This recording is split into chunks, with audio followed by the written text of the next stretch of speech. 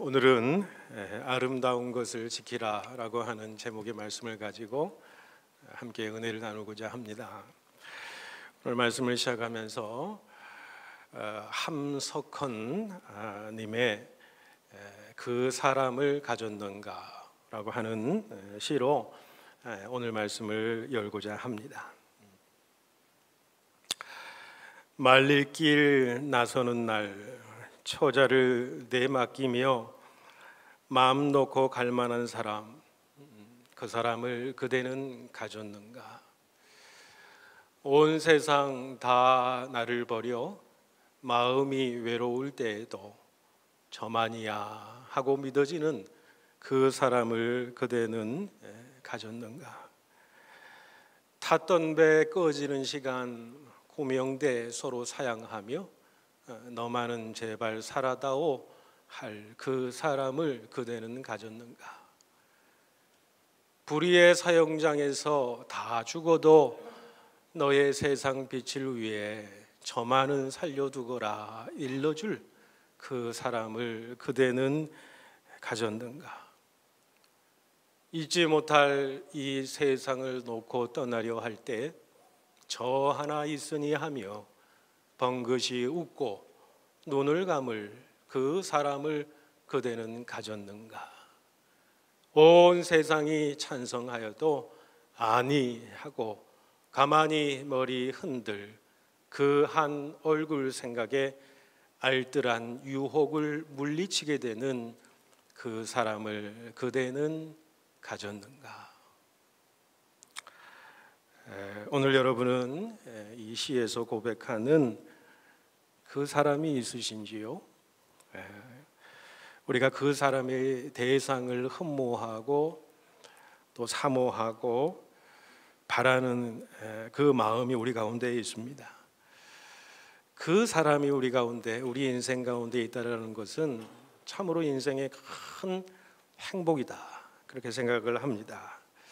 그런데 반면에 우리가 좀 더 나아가서 생각해야 될 것은 누군가 나에게 그 사람이 되어줄 것을 바라는 데서 그치는 것이 아니라 내가 그 사람에게, 내가 어떤 사람에게 바로 그 사람이 되어주겠다고 하는 이 다짐과 혈당도 굉장히 중요한 것이라고 생각을 합니다. 여러분, 오늘 본문을 읽으셨습니다마는 이 본문의 기록을 한 이 바울에게 이 시에서 말하는 그 사람은 누구일까요? 그 사람은 확실하게 우리가 말씀드릴 수 있겠지요. 바로 그 사람은 바로 디모데라고 하는 분입니다. 바울에게 그 사람은 디모데였습니다. 반대로 디모데에게 그 사람은 바로 바울이었던 것이지요. 또한 오늘 말씀을 전하면서 디모데가 바로 그 사람이고 나도 디모데에게 그 사람인 것처럼 이제 디모데에게 부탁을 하는 겁니다. 이제 나에게만 그 사람이 되는 것이 아니라 다른 모든 사람에게, 다른 어떤 사람에게 그 사람이 되어줄 것을 권면하는 내용이 오늘 이제 본문의 말씀인 거지요. 오늘 본문에서 이 사도 바울의 디모데에 대한 아주 깊은 속마음을 우리가 알 수가 있습니다. 그러니까 디모데 후서를 우리가 사순절 기간 동안에 계속 살펴보려고 하고 있습니다만은 이 디모데 후서는 바울이 서신을 13권을 썼는데 제일 마지막에 쓴 서신이 바로 이 디모데 후서이고요. 이 디모데 후서를 쓰고 있는 장소는 로마의 차디찬 감옥의 바닥에서 쓰고 있습니다. 로마의 감옥에 갇혀서 이제 죽을 날만을 기다리고 있는 그런 상황입니다. 예루살렘에서 잡혀서 로마로 끌려가서 재판을 받기 전까지 2년간 있었던 그것은 바로 가택연금이었습니다마는 그게 풀리고 나서 또 다른 사역의 장으로 가다가 다시 잡히게 되지요. 그래서 이 로마의 진짜 감옥입니다. 차디찬 그 로마의 감옥에 갇혀 있는 그 상황이 오늘 이 본문에 이 사도 바울이 처한 입장이다라고 하는 것이지요. 그리고 이 디모데 후서를 쓰고 나서 정확히 1년 후에 바울은 참수형을 당하면서 순교하게 됩니다. 그리고 스스로 자기 자신의 죽음을 이 감옥 안에서 지금 느끼고 있는 사도 바울입니다. 디모데후서 4장 6절 이하에 보시면은 전제와 같이 내게 벌써 부어지고 나의 떠날 시각이 가까웠다, 그렇게 이제 고백합니다. 전제라고 하는 것은 모든 제사를 드릴 때에 제일 마지막에 포도주를 붓습니다. 그리고 부은 다음에 이제 불을 태워서 제사를 지내는 거죠. 그러니까 전제와 같이 나에게 벌써 부어졌다라는 것은 이제 마지막 남은 나의 모든 사명을 다 그 제물 가운데 드려졌다, 그런 말씀이에요. 이제 나를 떠나는 시각이 가까웠다라는 거예요. 그러면서 나는 이제 선한 싸움을 다 싸웠습니다. 달려갈 길을 마쳤습니다. 그리고 믿음을 지켰습니다 라고 하는 그 고백을 하지 않습니까? 자신의 이제 곧 죽을 것을 그는 영적으로 잘 깨닫고 있었던 거죠. 이런 상황 가운데에서 마지막 유언과도 같은 말씀을 디모데에게 해주시는 말씀이 바로 이 디모데후서라고 하는 거죠. 여러분, 유언은 가장 사랑하는 사람들, 자녀들에게, 식구들에게 하는 게 아니겠습니까? 이 바울에게 디모데는 믿음으로 낳은 아들이었어요. 가장 사도 바울이 아끼고 사랑하고 신뢰했던 그런 동역자이기도 했습니다. 특히 오늘 본문은 이 디모데의 모습을 보니까 이 차디찬 감옥에 있지만은 디모데를 덜 생각하면서 이 디모데가 믿음이 연약해져 있는 거예요. 그래서 그 연약해져 있는 모습을 보면서 격려하는 내용입니다. 용기를 다시 북돋아주는 내용이죠. 다시 복음을 불릴 듯 그 안에 일으키는 내용. 그 내용이 오늘 본문의 내용이죠. 먼저 바울은 본문에서 이 디모데라고 하는 사람이 과연 어떤 사람인가 잘 드러내주고 있습니다. 특별히 3절에서 5절까지 말씀해 보시면은, 먼저 여러분 3절 말씀해 보시면은 내가 밤낮 간구하는 가운데에 쉬지 않고 너를 생각한다 그랬어요. 그 차디찬 감옥에서 밤낮 간구하는 거예요. 깨어나면 간구하는 거지요. 살아있는 순간 그 모든 순간순간마다 간구해요. 그런데 간구하면서 쉬지 않고 누구를 생각해요? 디모데를 생각한다는 거예요. 사도 바울은 자신이 감옥에 있고 이제 죽을 시간이 가까웠습니다마는 자기의 마음에 충만하게 들어온 사람이 누구예요? 바로 디모데라는 거예요. 생각할 때마다, 기도할 때마다 디모데를 생각했다는 거. 온 마음에, 온 생각에 디모데가 충만한 거예요. 이건 너무너무 사랑하는 관계였다고 하는 거예요. 이 사랑의 관계는 여러분 영적인 교통이 서로 오고 가는 아주 그 영적인 어떤 친구로서, 어떤 소울메이트로서 가지는 어떤 그런 아주 깊은 감정이다라고 하는 사실을 보게 되는 것이지요. 2차 세계전도 여행 때에 루스드라에서 이 디모데를 만난 이후부터 디모데는 이 바울이 죽는 그 순간까지 15년의 이상의 삶을 함께 동행했던 그런 사람이었다라고 하는 것이지요. 수많은 어려움 가운데 바울의 마지막 인생, 마지막 15년의 그 황금 같은 복음 전도의 그 시간 동안에 함께 했고 어려움과 아픔을 함께 나누었던 그 디모데를 바라보니까 그 영혼이 너무너무 순수한 거예요. 너무너무 깨끗한 거예요. 그래서 뭐라고 그럽니까? 청결한 양심을 가진 자다, 그렇게 이제 말씀을 하는 거지요. 사람은 여러분 1년 이상 바라보아야 그 사람을 알 수 있다고도 얘기하잖아요. 여러분 15년이 넘은 세월 동안, 수많은 세월 동안 이 사도 바울은 이 디모데와 영적인 교통과 교제 속에서 지내면서 수많은 어려움들을 함께 겪어가면서 이 디모데가 어떤 사람인지 그 영혼의 깊이를 바라보았다는 거예요. 너무너무 순수한 사람이에요. 너무너무 청결한 사람이에요. 마음이 정결한 자는 하나님을 복고시며 그러지 않습니까? 주님 말씀에 그런 자였다라고 하는 거예요. 그리고 여러분 4절에 뭐라고 이야기를 합니까? 내 눈물을 생각한다 그러잖아요. 지금 눈물을 흘릴 수밖에 없는 아픔의 상황 가운데 있어요. 또 눈물이라고 하는 것은 여러 가지 상징적인 의미가 여러분 있지 않습니까? 눈물이 있다라고 하는 것은 디모데의 성품을 이야기해 주는 거예요. 디모데는 사람들을 긍휼히 여기는, 긍휼히 보는 성품이 그 가운데 있었던 거예요. 어려운 사람들 만나면, 어려운 신자들 만나면 함께 아파하고 함께 울어줄 수 있었던 그 성품을 가진 자가 여러분 디모데였다라고 하는 거예요. 그렇기 때문에 디모데는 바울을 도와서 수많은 교회들을 돌보고 문제를 해결하고 다녔어요.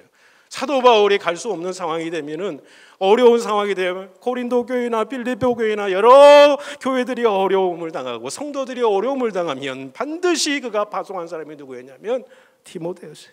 왜요? 그 디모데가 그 문제를 해결할 수 있는 적임자였기 때문이에요. 사도 바울에게 디모데가 얼마나 소중한 사람이냐. 여러분, 바울의 서신서가 다 해서 13권이 됩니다. 그 가운데 6권이에요. 사도 바울이 편지를 쓰는데 이게 이 디모데와 함께 공동 저자로 되어 있다고 하는 사실이에요. 고린도 후서, 빌립보서, 골로새서, 데살로니가 전서, 데살로니가 후서, 빌레몬서. 예를 들면 빌립보서 1장 1절에 보십시오. 그리스도 예수의 종 바울과 디모데는 그리스도 안에서 편지한다.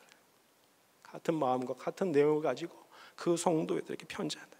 그 성도들에게 디모데는 바울과 동역하는, 바울처럼 소중한 사역자였다는 것을 인정한다는 그런 내용이기도 하는 거죠. 바울 사도가 빌립보 교회에 보낸 편지에는 이런 구절이 있습니다. 빌립보서 2장 20절 그리고 22절의 내용에 보면은 이 빌립보 교회의 성도들에게 사도 바울이 편지를 쓰면서 이렇게 씁니다. 너희 사정을 진실이 생각할 자가 이 밖에 내게 없음이라 그랬어요. 빌립보 교회에 어려움이 있는 거예요. 성도들이 환난을 당하고 어려움을 당하는 거예요. 그런데 너희들의 사정을 알아주고 너희들의 아픔을 만져줄 사람은 내게 있는 많은 사역자가 있는데 지금 내게 있는 사람 중에 디모데밖에는 내가 생각할 자가 없다. 그러면서 빌립보 교회 성도들에게 이렇게 이야기하죠. 여러분도 잘 아시듯이 그런 자식이 아버지에게 함같이 나와 함께 복음을 위해서 수고하였습니다. 사도 바울이 디모데에 대한 마음이 드러나는 거예요. 어떤 인물인가? 디모데는 참 훌륭한 사람이었어요. 그리고 5절에 보십시오. 내 속에 거짓이 없는 믿음을 가진 자라 그랬잖아요. 디모데가 훌륭한 인격을 가지고 청결한 양심을 가지고 거짓 없는 믿음의 사람이 된 것은 그의 외할머니 로이스 그리고 그의 어머니 유니기에서 물려받았다 그러잖아요. 믿음의 선조들에게 그 신앙의 유산을 이어받았다니 얼마나 이 귀하고 복된 일인 줄 몰라요. 여러분, 리그 웨런 목사님을 여러분 많이 아실 줄로 압니다. 새들백 교회를 담임하시는 분이시고 여러분 집에서도 책이 다 그 책이 있으리라고 생각합니다만은 Purpose Driven Life, 목적이 이끄는 삶이라고 하는 책을 지으신 그 목사님이시지요. 근데 이 목사님의 아버지도 일생 동안 목회자로 지내신 분입니다. 미국의 각국의 시골을 돌아다니면서 작은 교회를 섬기고 또 무엇보다도 세계 곳곳에 몇백 개의 교회를 직접 자기 손으로 짓고 섬겼던 그런 목사님이셨어요. 그 목사님이 지금 아버지가 임종 순간이 다가온 거예요. 임종 순간이기 때문에 온몸이 육신이 다 힘을 잃을 때가 아니겠습니까? 근데 죽을 때에 가족과 이 목사님이 함께 있는 때에 자꾸 침대에서 일어나려고 하는 거예요.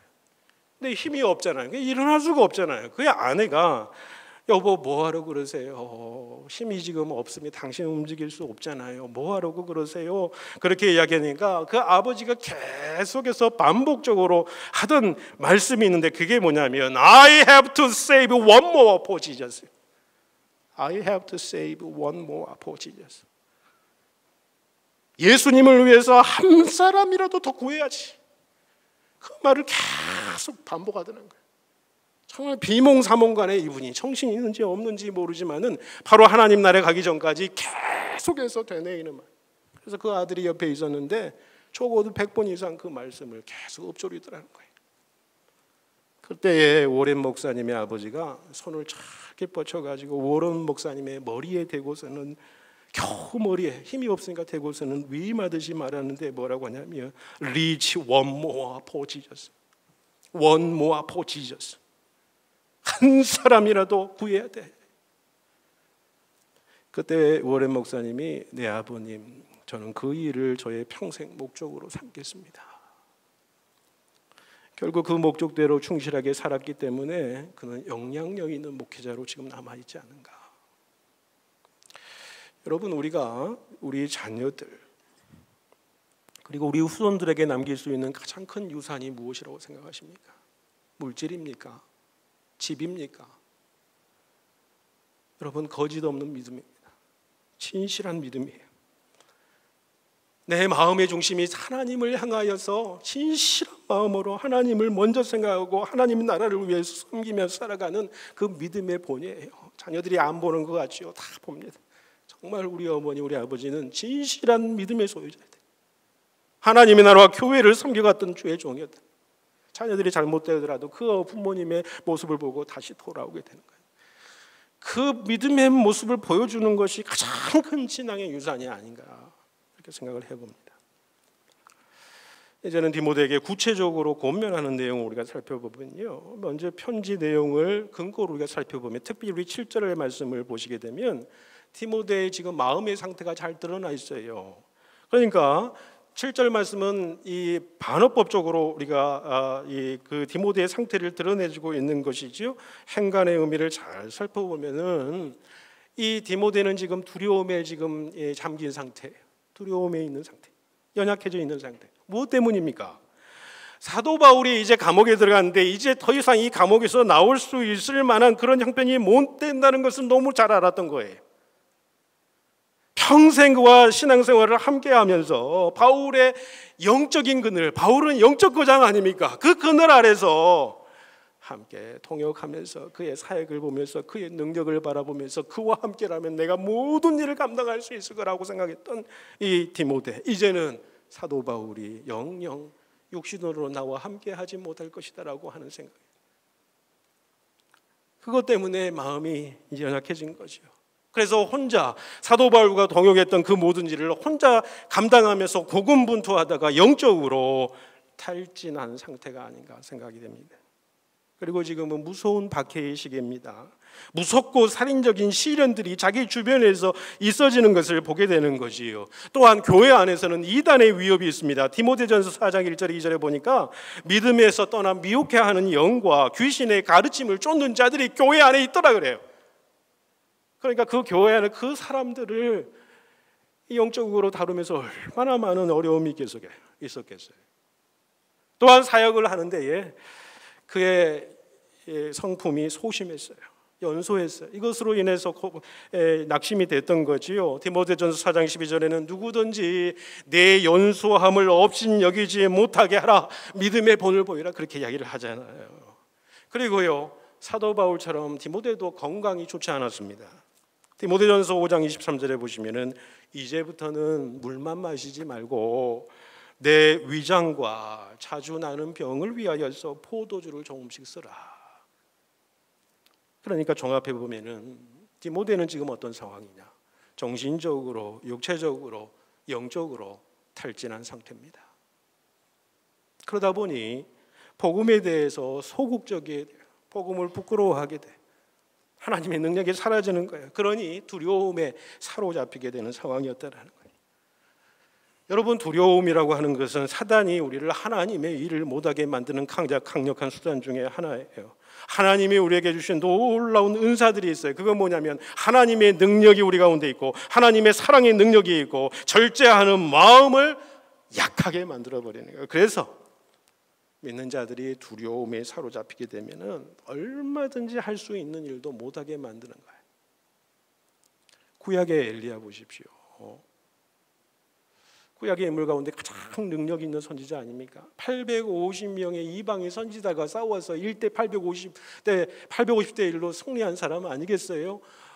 기도하고 무릎 꿇어 기도하면 비가 내리지 않고 비가 오기도 한 능력의 종이었잖아요. 그런데 그 일들이 끝나고 나서 이세벨이라고 하는 여인이 자신을 죽이려고 한다는 말을 들을 때 갑자기 두려운 마음이 생긴 거예요. 그래서 광야로 도망가잖아요. 그리고 광야의 로뎀나무 아래 있으면서 내 스스로 목숨을 끊겠다고 그러잖아요. 그리고 굴 속에 들어가서 숨어버리잖아요. 그리고 주님 하나님께서 직접 찾아가셔서 네가 왜 굴 속에 있느냐 그랬더니 이 엘리야가 하는 말이 뭡니까? 제가 하나님의 일에 대해서 얼마나 열심히 했습니까?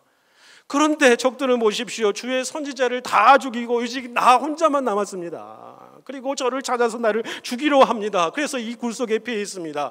그 말이 뭐예요? 두려움에 지금 떨고 있다라는 거지요. 여러분, 이렇게 두려움에 사로잡히게 되면 엘리야와 같은 능력 있는 종들도요, 그러한 것들이 금방 사라지게 된다는 거죠.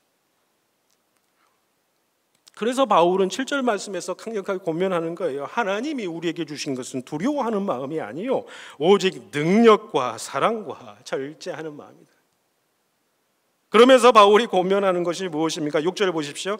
내가 나의 안수함으로 내 속에 있는 하나님의 은사를 다시 부릴 듯 하게 하기 위하여 너로 생각하게 하노니, 그렇게 이야기를 하잖아요. 여기서 분리들이라고 하는 것은 아노조 프레인이라고 하는 단어가 쓰였는데, 이것은 불길을 일으키다라는 거예요. 불길을 다시 불붙게 한다라는 거예요. 다시 뜨겁게 한다라는 거예요. 타오르게 한다라는 거예요. 회복시킨다고 하는 거예요. 살아나게, 복돋게 한다는 그런 의미예요. 무엇을 복돋아요? 하나님이 너에게 주신 하나님의 은사예요. 그 은사가 무엇이라고 7절에서 이야기를 했어요? 하나님이 주신 것은 능력이랬어요. 하나님의 능력이 너희 가운데 이미 있다는 거예요. 이미 임했는데 그것을 다시 불일으키는 거예요. 회복시키는 거예요. 하나님의 그 사랑의 능력이 임하기를 다시 불릴 때를 일으키는 거예요. 왜? 사랑은 두려움을 내쫓거든요. 절제하는 마음을 다시 네 마음 가운데 주는 거예요. 마음을 통제하고 하나님 앞에서 그 마음을 다스릴 수 있는 힘을 주기를 원한다.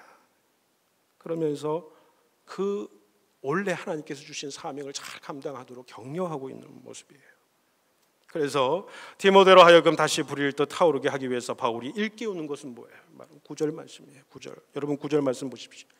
함께 봉독하겠습니다. 9절입니다. 시작.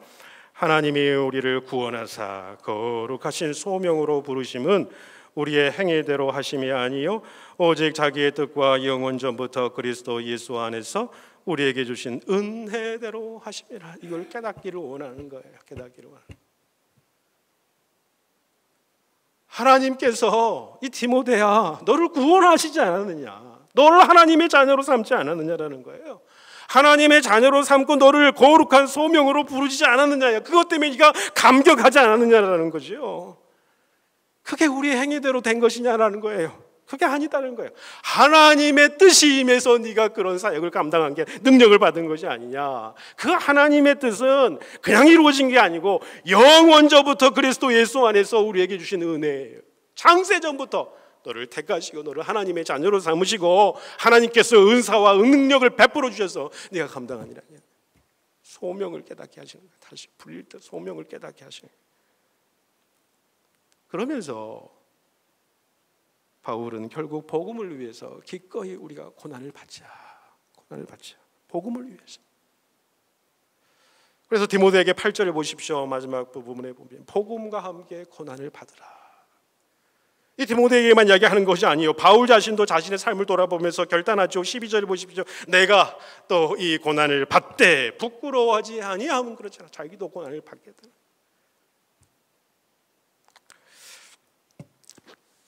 여러분, 주의 복음을 위하여 헌신할 것을 다짐하면서 우리가 찬송을 부르는데 그 찬송 가운데 아주 유명한 찬송이 오늘 이 말씀 끝나고 부를 우리 찬송 323장이에요. 푸른 바다 나선 이 몸 어디든지 가오리다. 괴로우나 즐거우나 주만 따라 가오리니 어느 누가 막으리까 죽음인들 막으리까. 아골 골짝 빈들에도 복음 들고 가오리다. 소돔 같은 거리에도 사랑 안고 찾아가서 종의 몸에 지닌 것도 아낌없이 드리리다. 존귀 영광 모든 권세 주님 홀로 받으소서. 멸시천대의 십자가는 제가 지고 가오리다. 이름 없이 빛도 없이 감사하며 섬기리. 우리가 찬송 고백하지 않습니까? 근데 저는 이 찬송을 볼 때마다 참 부끄러운 생각이 많습니다. 신대원 졸업할 때쯤에 되어서 이제 교회 사역을 이제 전임 사역을 해야 되는데 저와 같이 있던 분들이 야, 우리가 찬양을 부르는데 요 찬양만은 좀 피하자라는 거예요. 어디든지 가오리라. 어디든지 보내면 가야 되잖아요. 죽음인들 막으리가. 죽음 앞에서 주님 그 자리에 사명을 부르면 가야 되는 거 아니에요? 아골 골짝 빈들에도 가라면 가야 되잖아요. 저 강원도 시골 마을 산골 마을에 너 목회지로 가라 그러면 가야 되잖아요. 가기 싫거든요. 종의 몸에 지닌 것도 아낌없이 드려. 아유, 뭘 어떻게 드려? 멸시천대 십자가는 재가지고 어이구, 감당이 되나 이게?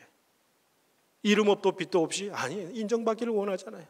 사역자가 인정받기를 원해요. 목회자 인정받기를 원해요. 서울의 인근 지역에 있는 큰 교회 부목사가 가지고 그 교회에서 열심으로 인정받아가지고 이제 담임으로 나가서 좀 멋있게 목회해야지.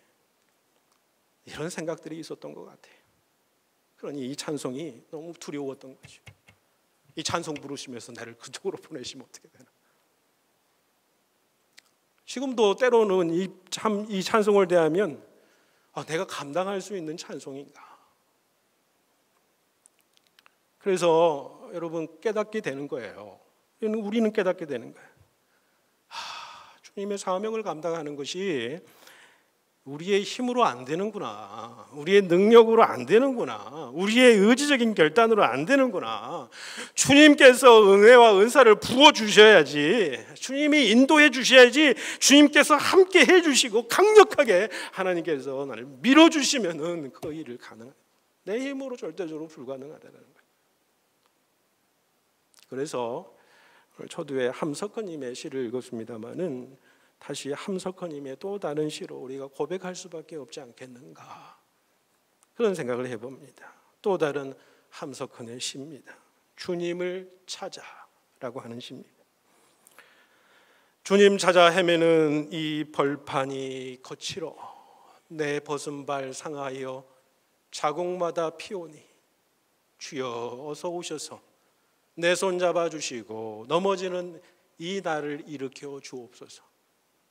주님 찾아 헤매는 이 세상 사나워 내 약한 마음 붙이어 숨결마다 꺼지니 주여 어서 오셔서 내 손 잡아주시고 넘어지는 이 나를 일으켜 주옵소서. 넘어지는 나를 일으켜 세우실 분은 오직 주님이신 줄로 믿습니다. 내가 감당할 수 없는 일들을 감당케 하신 것은 주의 손이 나를 붙드시기 때문인 거죠. 바울도 또한 복음을 위해서 고난받는 삶이 가능한 것이 무엇인가 말씀에서 이야기를 합니다. 12절 하반절에 보시면 이렇게 이야기하죠. 내가 믿는 자를 내가 알고 그래요.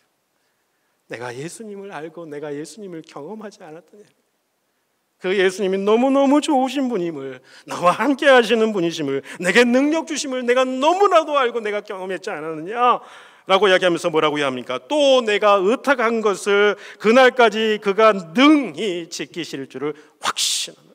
이 믿음 가지고 그 일들을 감당했던 거예요. 예수님께서도 십자가 지시기 전에 뭐라고 하십니까? 세상에서는 너희가 환난을 당하나 담대하라. 내가 세상을 이기었노라. 너희들이 주의 십자가를 지고 나아갈 때 반드시 내가 너와 함께함이라. 내 멍에는 쉽고 가벼워. 그 십자가를 지고 난 다음에는 반드시 부활의 영광이 네가 있느니라 말씀하시잖아요. 그래서 마태복음 28장 20절에 뭐라고 그러니까 내가 세상 끝날까지 너희와 항상 함께 있으리라. 그러하니 내 분부한 모든 것을 지켜 행하라. 이 말씀을 굳게 부여잡고 평생 아프리카 선교에 힘썼던 데이비드 리빙스턴이라고 하는 선교사님은 자기 신조 가운데 얘기해 있었어요. 사명을 가진 사람은 그것을 달성할 때까지는 절대 죽지 않습니다. 이 믿음을 가졌다고 그래요. 사명이 있는, 하나님께 주신 사명이 있는 자기의 사명을 이루기 전까지는 결코 눈을 감을 수 없습니다. 하나님께서 데려가지 않고 지키시고 인도하실 것입니다 라고 하는 그 믿음으로 그의 생애 전반에 아프리카 선교를 위해서 바칠 수 있었다라고 하는 거죠. 그리고 마지막으로 바울은 디모데에게 마지막으로 권면을 하고 있는데 그 마지막 절 13절 14절 말씀을 우리 함께 같이 봉독하겠습니다. 13절 14절입니다. 시작. 너는 그리스도 예수 안에 있는 믿음과 사랑으로서 내게 들은 바 바른 말을 본받아 지키고 우리 안에 거하시는 성령으로 말미암아 내게 부탁한 아름다운 것을 지키라. 인간적인 힘과 노력과 의지가 아니라요, 성령으로 역사하는 주님의 말씀의 능력으로 아름다운 것들을 지키라. 주께서 주신 사명을 끝까지 이루라. 데살로니가 교회 교인들에게 사도 바울이 편지를 쓰면서 이렇게 이야기를 합니다. 너희가 하나님의 말씀을 사람의 말로 받지 않냐고 하나님의 말씀으로 받음이니 진실로 그러하도다. 이 말씀이 또한 너희 속에서 역사하셨느니라. 하나님의 말씀은 여러분 능력입니다.